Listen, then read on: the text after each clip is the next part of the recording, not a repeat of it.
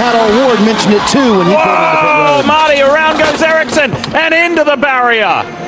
Turn 8, the same place that Kyle Kirkwood had the issue in practice. His teammate, the red flag is out, and that is a shame for Alex Palou, who was absolutely on a lap to go to P1. And Are going to be worth anything at this point, Townsend, as we see the replay, just a massive oscillation over that bump. Yeah, when Kirkwood had this spin earlier, he missed this tire stack, I believe. It happened slightly later in the corner, and it's a good thing that IndyCar placed those tires where they were. Here's a great shot of it. We've seen so many cars have big saves there. A few cars go around. Let's listen.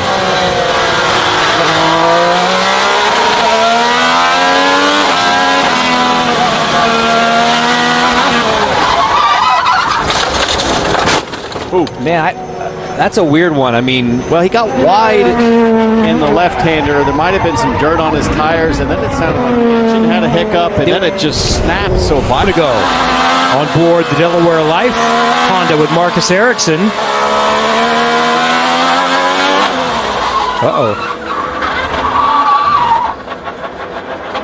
Still headed the right direction.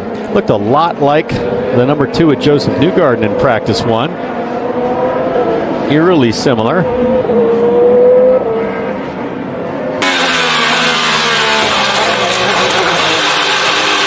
Marcus just crashed me.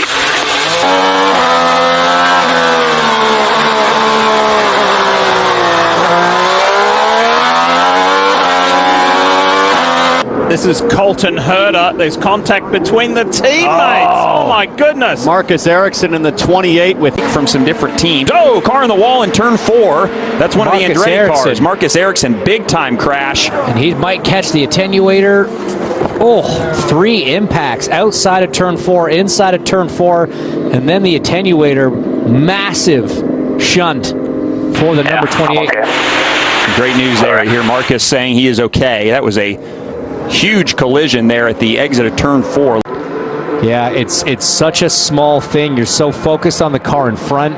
You are trying to keep your car low to make sure you can get a little bit of clean air on the left side of your front wing, trying to get a little bit more front grip. And if you get the tiniest bit too low, that can be the result. And it's, you know, we've seen in the past drivers getting on that curb and being able to catch it, but so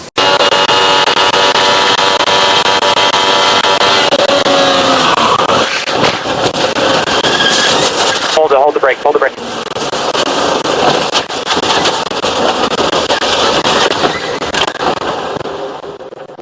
You okay, bud? You okay?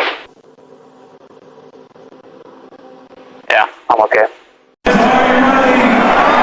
This is, and always has been, and will be, the greatest spectacle in racing. This is the Indianapolis 500. Get ready, green.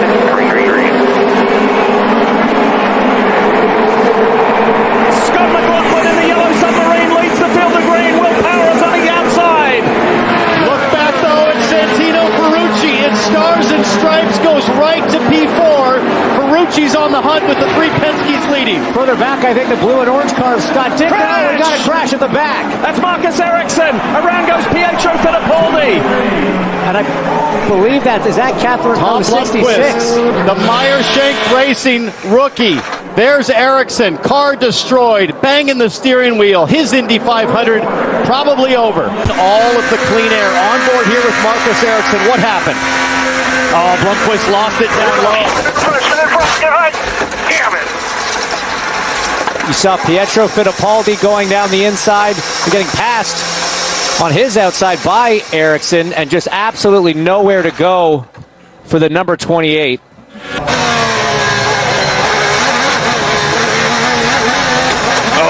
Big right rear hit, big damage.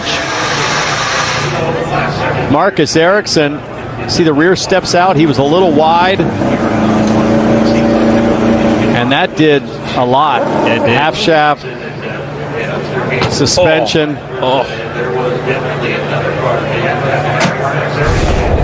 We see him climbing out quickly. And this is devastating, guys, from a track time standpoint. Because this is it. This is it. The only practice. 90 minutes. Next time he gets into a race car, he's going to have to qualify that thing. You've got to qualify for both races. So here we are. This is through 2. A little bit of understeer. Now let's listen here through 3 and 4. Oh my God, right at turn in. Well, my first thought was there any chance that it's just the rear wing and it is something that can be fixed? I'm going to say no. Hard pass. Yeah, no. It's the right rear, it's the back of the car, it's the right front. That is not getting done in an hour and 50. Used as Pato Award sideways, and Marcus Ericsson. Oh boy! Oh my goodness! Santino Ferrucci launches inverted. And just about a third of the field has been collected. The big one here on the streets of Toronto, and Ferrucci is upside down. Okay. And you hear the words. Ferrucci says he's okay. And there it is. The red flag waves. The cars will come down. Sorry about that. Come down pit lane. So let's see. We know that it starts with Pato Award, who just gets in a little wide, a little hot, spins around. Ericsson locks up, nowhere to go. I think that was Pietro got into Pato Award first. I believe you're right. Then Nolan Siegel. Let's see again this incredible angle. And watch Pelot, the championship leader, just barely gets by there, and he has to hang on to it. There was a big wiggle. Who clipped Ericsson. him? I think this is Pietro That's Fittipaldi Pietro. in the hub car, and then Ferrucci. And then Pourchaire hits his teammates. Fencing did a great job keeping Really that car inside the track, coming right back to where it should. Nolan Siegel, That was big Siegel, contact as Yeah. well. Pourchaire got through. That was Siegel. Yeah. Another angle.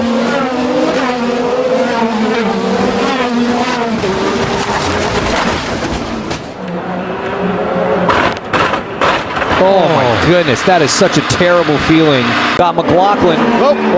Side by side, Ericsson and Newgarden come together, and both are in the wall. Both drivers had benefited so you much can't do that. That's not okay. from that cycle, running second and third on the racetrack. Podium positions for both. Terminal Turn damage. down on us. He didn't give us any room there. That sounds like conflicting stories. The first one. Newgarden Straight into me. Yeah. waving his index finger at Marcus Ericsson. These two drivers are having lots of sign language between each other as they face nose to nose, and the AMR safety team jumps right into action. And again, these two drivers have won the last 3 Indianapolis 500s. They know what they're doing. Let's see. So wheel to wheel, everybody knows where everybody is. I mean, Ericsson's on the second lane. He didn't really come up. Oh, look at Pelot once again. Just manages to avoid the incident. He was sideways on the brakes trying to avoid the accident right in front of him. And power once right again, behind. Gets away with it. I got distracted from the actual accident. I'm so impressed with Pelot's save. The force with which you hit me when you saw Pelot miss that accident suggests you are hopeful for drama down the stretch, James. And these two poor guys, it's tough to place blame here, although I will say that Ericsson is on the inside, and he had a full car width and a half to get to the yellow apron. But yeah. One back, little round here, looking inside. So he's not fully side-by-side till there, and he's using that second lane. Oh, man, it's a racing deal, but look, Race Control might put that on the 28 as the passing car. He did have more room to the left. Let's see this view.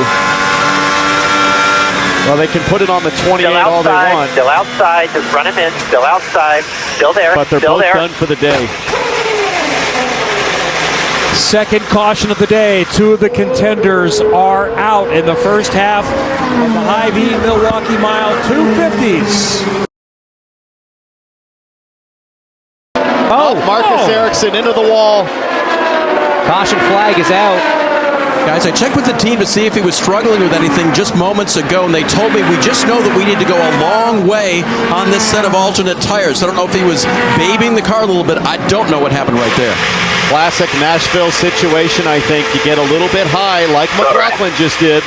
That was his first set of alternates. He started on primaries. First stop went to the primaries, but this set of alternates has just not been good. The balance didn't look great. He was losing track position. We saw him really fighting the front end of that car. I wonder if it was a situation like what we saw earlier with Catherine Legge, where you're just trying to hang on and you get past, pushed a little high mid-corner, but he just ran out of road to save it.